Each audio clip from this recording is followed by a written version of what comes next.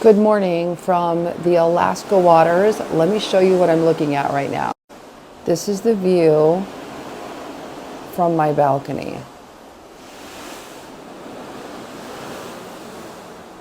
Water and water and water. There's a little bit of an angle on my phone because of the way it's sitting on a tripod, and I'm currently whale watching. So if you hear me squeal or go crazy, that's because a whale has jumped up. So I do this Alaska cruise regularly. I am on my 5th Alaska cruise. And the reason why I do this is because I went on my first Alaska cruise after my divorce 8 years ago. And I found that Alaska had this calming, majestic, spiritual thing about it. And for me especially, one of the biggest reasons why was because when I'm at home, I'm a worker, I'm a doer. I'm always working. Even if I don't have to be, it's what I do. I love it, I enjoy it. And it's solo work on my computer, doing marketing, editing videos, content creation, whatever. When I come to Alaska, this is like the only place that I can literally put away the computer, not be checking analytics every 5 minutes, just enjoying the environment and being and seeing. And literally, what I found out about myself was after the very first trip to Alaska, that I can stand on a balcony for 4 hours straight if I've got coffee and I've got my room, pop into the bathroom or whatever. There's something about just looking at the water, knowing that at any minute something could show up.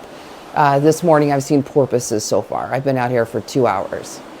But when I saw my first whale, my first breaching whale come from the front of the ship, breach all the way back to the back of the ship while I was standing on the balcony, I was hooked. Another time I was out here with my 2 daughters. I brought my 2 daughters. The first time I came, I only brought my 13-year-old. That was immediately after my divorce was final. And I barely saw her. She was at the kids' camps, and I was just out on my balcony dressed just like this, no makeup, not caring, just releasing all of the angst and everything from that trip. I loved it so much. The second year, my adult daughter came with us, and my then 14-year-old. That year, we saw so many whales, and they were doing the mating dances. They were smacking their arms back and forth, and they were smacking their tails in the water, and not always right in front of us. Sometimes it's a little bit off in the distance. I bought binoculars for everybody just in case, but we could see them with the naked eye, and you would just see these water sprays from the whales all over, and one of us would yell whale, and everybody comes running out to the balcony, and that was it. That was it for me. I love whales anyway, but I don't know what it was about this specific thing that just had me hooked. And you would think, I've seen them so many times now, that fascination would go away, and it just doesn't. There's something about the spiritual, bigger than life thing about a whale that I love so much.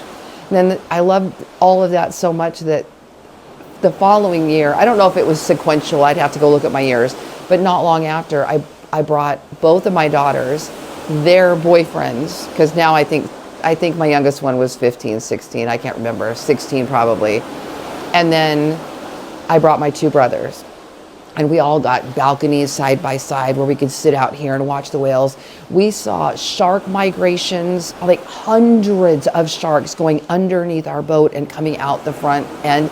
And it was funny because one of the people in the group, he just kept yelling, shark, shark, shark. And then he started counting them, 94, 95, 96. It was hilarious. They weren't like giant great white sharks. I don't know what they were exactly, but they kind of almost looked more like a hammerhead, but they were migrating that way. So porpoises and whales, we saw floating like the sunfish with the big puffy, it looks like they're making a kiss. We're kind of floating, looking up as they were coming by.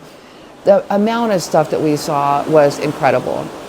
Now, Alaska, when you get off the ship and you go off into excursions, you can go whale watching. You can go see wild bears. You could go to the animal sanctuary. You can see bald eagles, the salmon swimming upstream. There's much more besides that. But I always get a balcony, and I stand on this balcony as much as I possibly can. Now, right now, I'm actually dressed very lightweight. I do layers. I bring wool socks. I've got my UGG. I don't think you can see them. My UGG boots. I do layers of leggings. So as we get into the colder and colder spaces where the glacier is and whatnot, then I've got parkas. I've got heating jackets. I've got heating scarves. So in general, it's not that it's that cold outside, but when you're moving on a ship and you have the cold weather coming at you, that's when I start bringing all the layers, not when I get off the ship usually. And people always laugh when they see me all bundled up in this parka and everything. They're like, it's not even that cold. I'm like, oh, it is that cold. When you stand on the balcony for hours and hours and hours, it is that cold. Nobody does this. I'm probably the only one on the ship that literally just parks myself on a balcony. But I come back for this.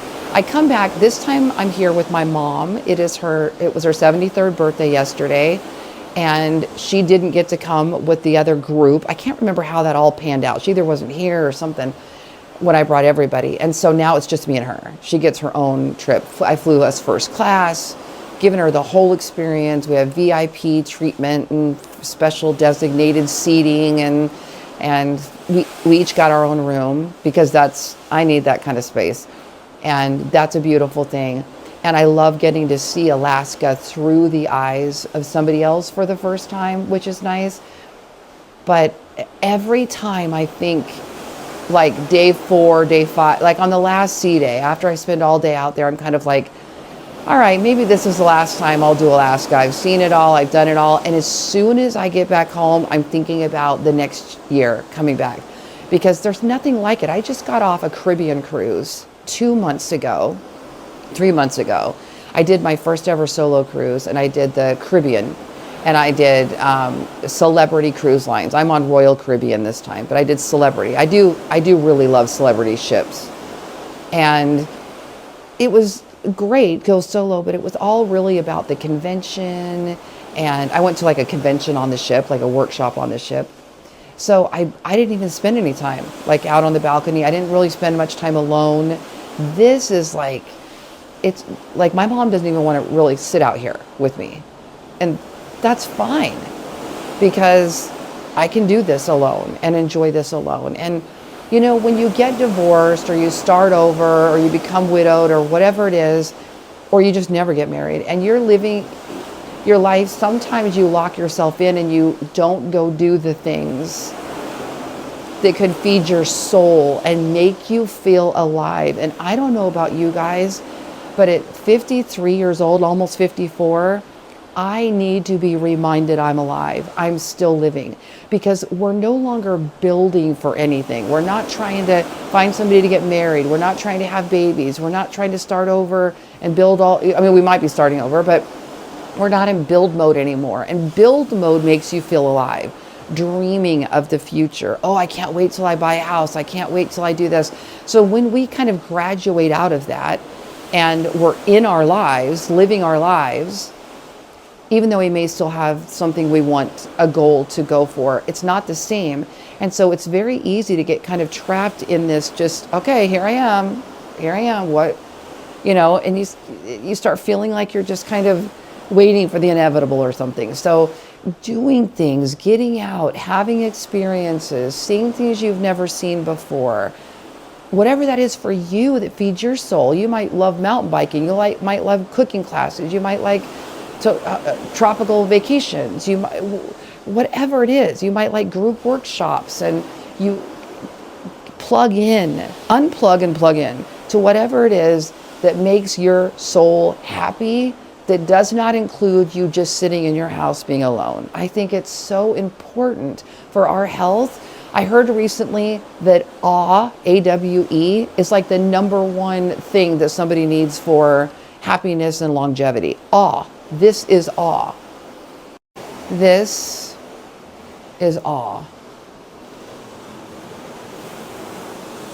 Go live your life.